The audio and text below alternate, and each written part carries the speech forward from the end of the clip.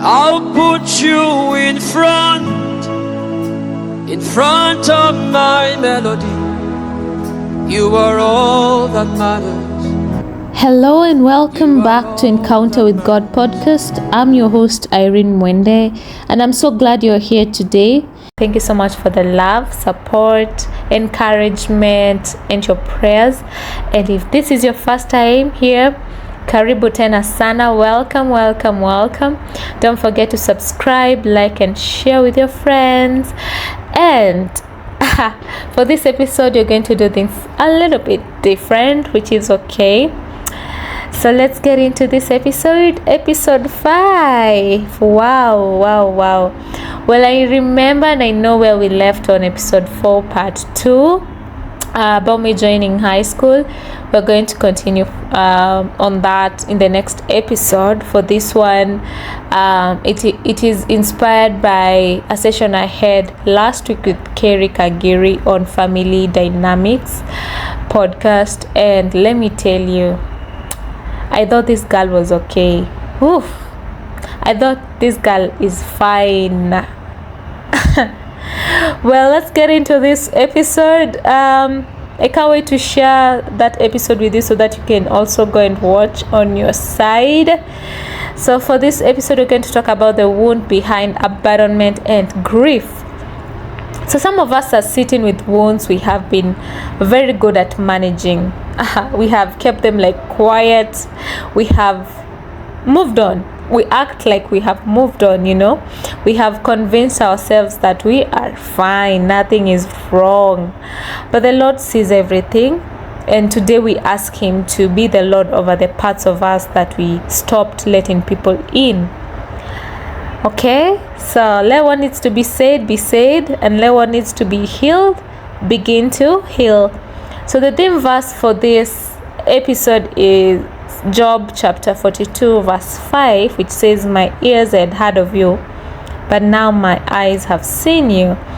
And today I'm going to share about what happens when the people who are supposed to stay leave. It has not been easy. And I'm going to share the first part of this episode where I'm going to share the name I carried and the one they took away from me. So most of you, especially the people who are close to me, I don't know if you know this, my name has not always been Irene Mwende. So when I was 7-8 years old, my full name was Irene Mwende Kingo, and that was my biological father's surname, Kingo. And I remember the moments, I remember the memories I had with my father. He used to play with me, he used to hug me. There were special moments, the kind a little girl carries her whole life, Back then I remembered his face, but now, oof. I don't know what happened, it kept fading. And today if you asked me to draw his face, I cannot do it. I can't, Some absent don't announce themselves, they just slowly become the silence you stop noticing. So there was a day, I must have been like 8 or 9 years old. I was covering my school books. As you know, you have to write your name on each one of them. So I wrote my name, Irene Mwende Kingo. So my mom was sitting next to me. She turned and she was very angry. She told me my name is Irene Mwende and I should remove the name Kingo. Oh my God, she did not want to see me write it again. I did not fight it. I was a child, you don't argue because I did not understand anything. In this session, God is reminding me that before I formed you in the womb, I knew you. Before you were born, I set you apart. And God knew my name before my parents gave it to me. And I remember during the session I had with Kerry, this past Thursday, I had a session with Kerry at Family Dynamics, and I want to be honest with you about something. I go sometimes into spaces with very convincing answers to how are you? I'm okay, this girl is okay, she's good,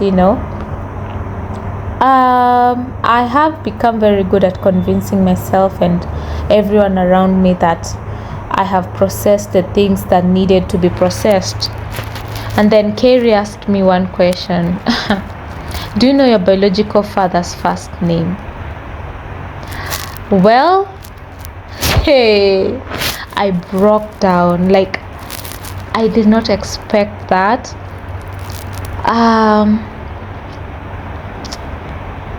I broke down, not because I did not know the answer, but because it was like the very first time anyone had ever asked me that.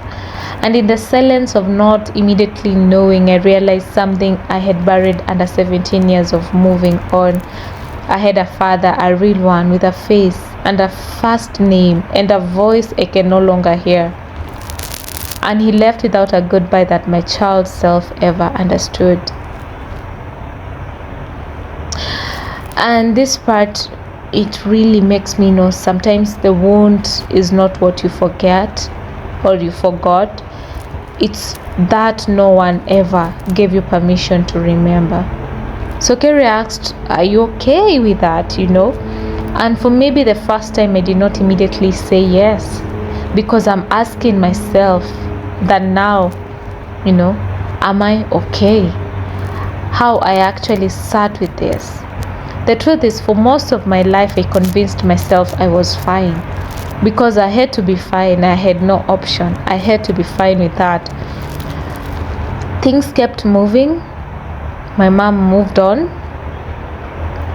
And now I had my new name from Irene Mwende Kingo to Irene Mwende.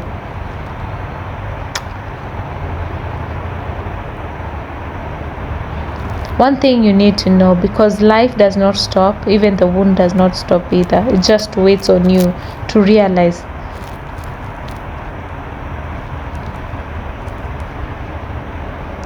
Well, like I said, my mom moved on, right? When I was 8 or 9, my mom moved on, and one day we were out together with my mom, and I remember this guy was driving. And we stopped somewhere. Mom stepped out to get something. So I was left alone in the car with this man. And I remember him telling me, I'm your dad. And I was like, no. I told him, like, no. Because I knew my dad. I knew I had a dad, even if I had not seen him in a while. I knew my dad, He said it again, you need to call me dad. And I had to call him. He was called William. Honestly, at that age, I did not like him. I won't lie. Did not choose him. Nobody asked me. He just appeared and answered himself as my father. My mom told me, Irene, this is your dad. You need to start calling him dad. Anyway, William tried. He really did. He bought me things he knew I liked. He tried to win my love. Slowly, my heart softened, not because I understood it, but because that is what children do. We adapt, we make room. So in January 2010, my brother Moses was born, and I remember that clearly. Adorable. I loved feeding him. I loved putting him to bed. Even at 10, I knew that. I knew how to take care of my own brother. Life moved on. At some point, something shifted.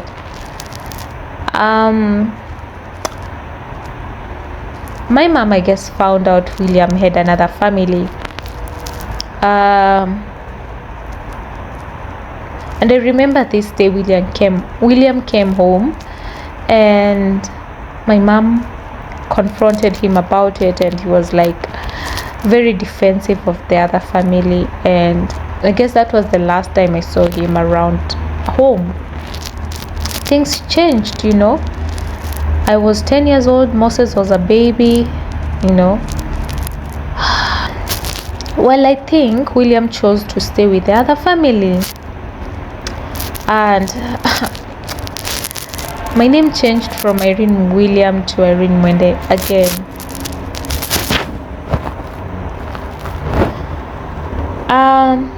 I saw a quote: when people leave, they sometimes take pieces of your identity without realizing it, but God always knows your full name. I guess that was the last day I ever had William in our home, and I guess it was because of that confrontation. So remember, in one of our previous episode I shared about this. So my mom hosted her colleagues at our home, and when the meeting was done, she walked them out to the gate, and when she was coming back in, I saw her. She was not okay for the first time, and the fact that I was the one who encountered it really hurts till today. She was staggering. I had never seen my mother like that before. I was the first one to reach her, and I called the nanny, please come hold my mom. Well, I think after the nanny took my mom in the house, she called my aunt Eunice, my mom's younger sister. And I guess from that day things shifted, everything shifted. My mom was in and out of the hospital. Things got worse. There came a point where she did not recognize me, and I'll share what she was diagnosed with so that you may all understand. And that pained me, it was not easy to accept that. She did not even recognize Moses.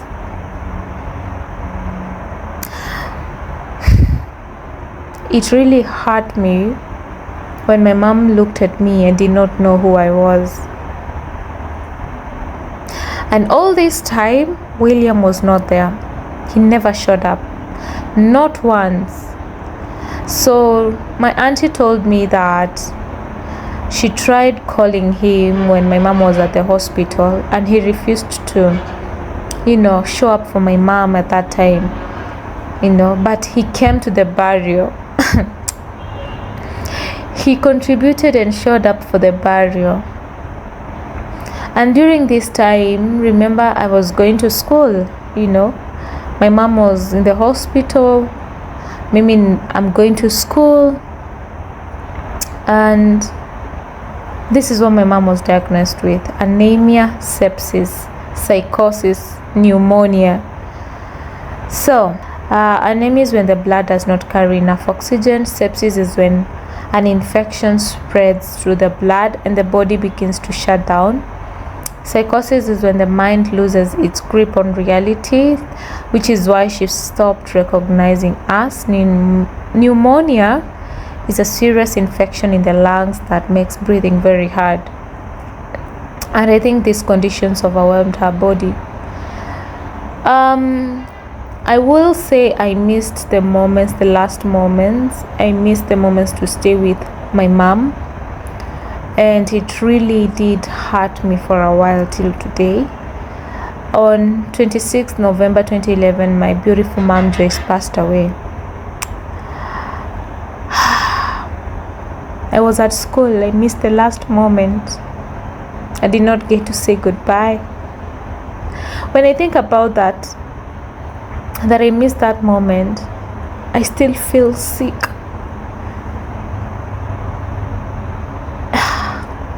Even now.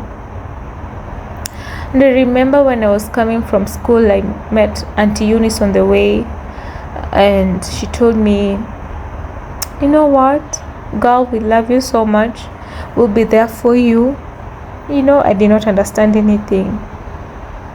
I started seeing relatives coming home.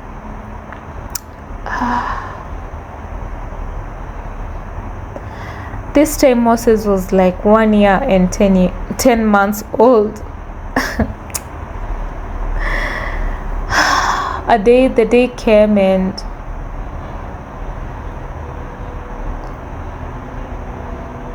on that day I did not cry,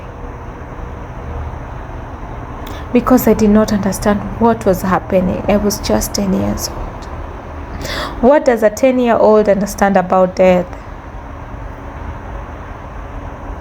And then I saw William from afar. He was there at the burial, but he never walked over to me. He never said anything. He never said hi. He never even said a word to Moses, his own son.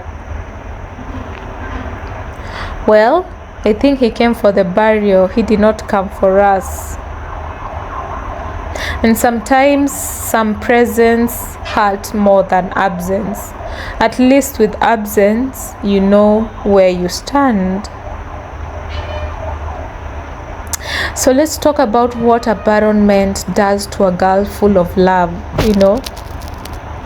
It was in 2012 classics when it hit me that my mom was not coming back. That is when the real grief broke open. And then I realized my biological dad and my stepdad, they will also not come back. What does that do to a young girl who is full of love? Well, it teaches her a lesson she never enrolled for. The people who are supposed to stay do what? They leave. If my own father could leave, why would you stay? Why would I trust you that you will stay? If the man who said, "I'm your dad," could walk away from his 1-year-old son, who are you to stay? Who are you? It is hard for me.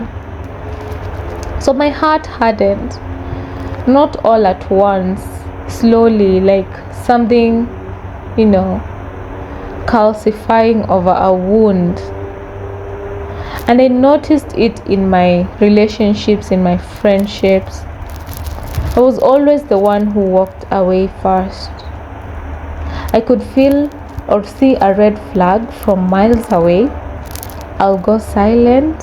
I will step back, reset. And you know what? It will be so hard for me to fight back for you.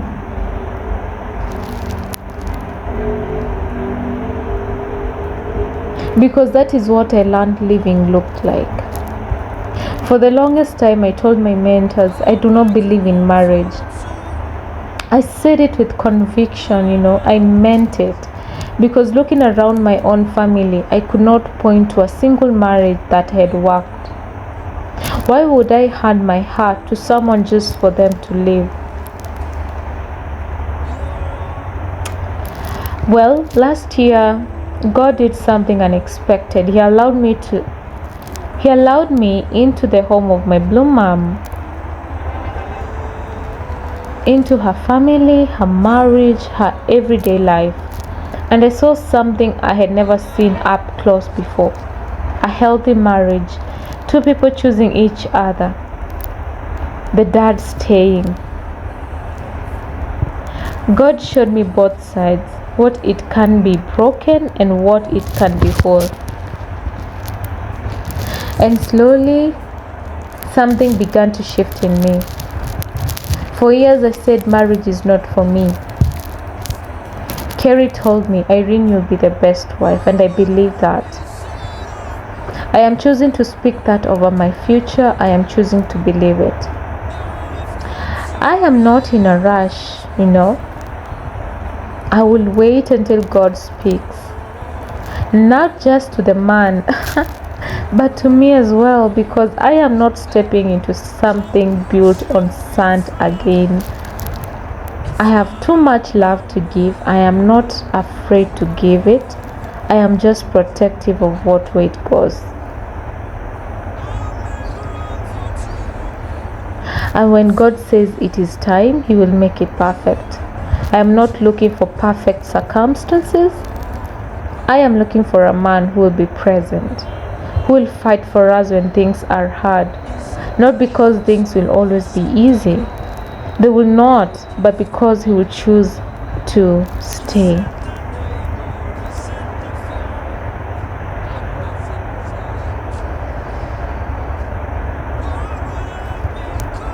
I know I'm not the only one who grew up like this. Some of you know this story. because you lived a version of it. A dad who left, a mom who left, a stepdad, a stepmom who tried and didn't, a mom who had to become everything, a father who had to become everything. And you learned that the safest thing is to leave, to protect your heart by never quite fully giving it, to stay a little distance from the people who say they love you, just in case. You know, well, I hear you, I see you.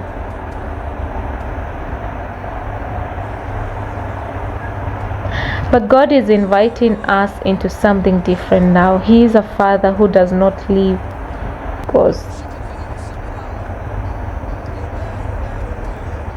And when God says it is time, He will make it perfect. I am not looking for perfect circumstances. I am looking for a man who will be present, who will fight for us when things are hard. Not because things will always be easy. They will not, but because He will choose to stay.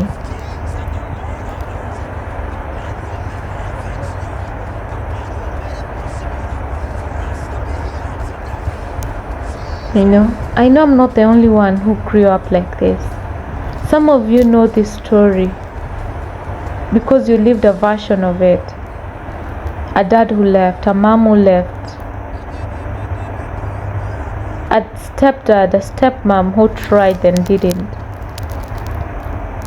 a mom who had to become everything, a father who had to become everything.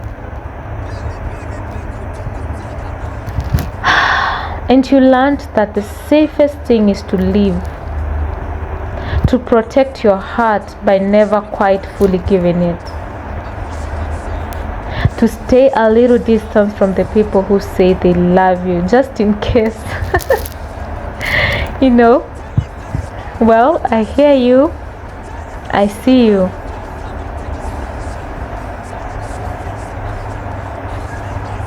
But God is inviting us into something different now. He is a father who does not leave. He does not go silent.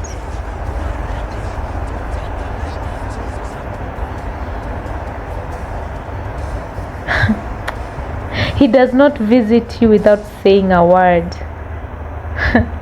He's present. He's close to the brokenhearted. He binds wounds. He heals them. So remember, you're not fatherless. You never were. It just took a while to see the Father who had been there the whole time.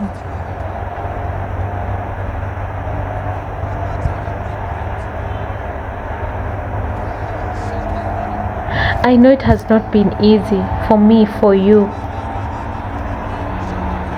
Is there an abandonment in your life that you have been calling fine, but have never actually sat with?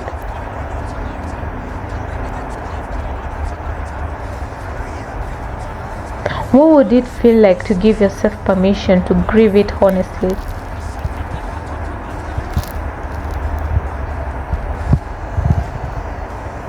How has the departure of your parent, guardian, or significant person shaped the way you showed up in relationships? Do you leave first, go silent, hold back?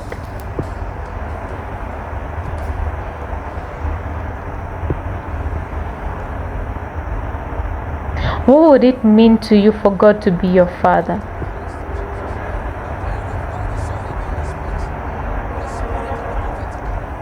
And what is one area where God may be asking you to break the cycle of broken patterns, of fear, of walls, and believe that something different is possible for your story?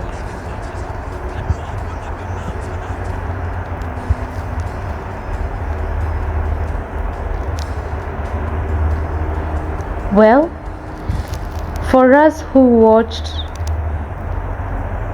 our parents leave and told ourselves it was fine because we had no other choice, For the ones who learned to walk away fast because staying felt dangerous. May the Lord meet us in the very place we stopped letting people in. May the Lord be present in the wound that has been waiting quietly to be seen.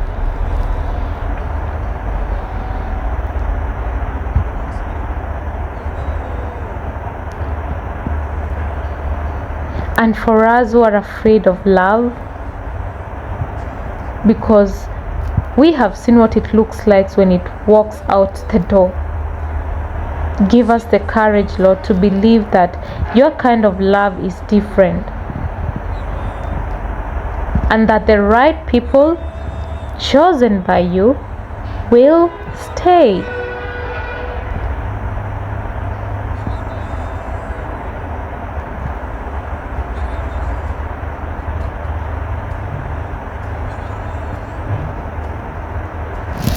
Well, this episode I just wanted us to talk. This episode I just wanted us to go deep. And if you've never shared your story with anyone, consider this your sign. Your testimony matters. Your testimony matters. Keep seeking. He's closer than you think. Well, thank you so much for listening to this episode. Oh Lord. We have a long way to go, but we thank God because God is by our side. So subscribe to Encounter with God podcast so you don't miss episode 6. Like, share. I'm Irene Mwende, and this has been such an amazing space where we share how we really feel. Oh my God, it has been amazing, and God loves you so much. May God bless you. May God walk with you. May God continue revealing himself in your story. Bye. Take care.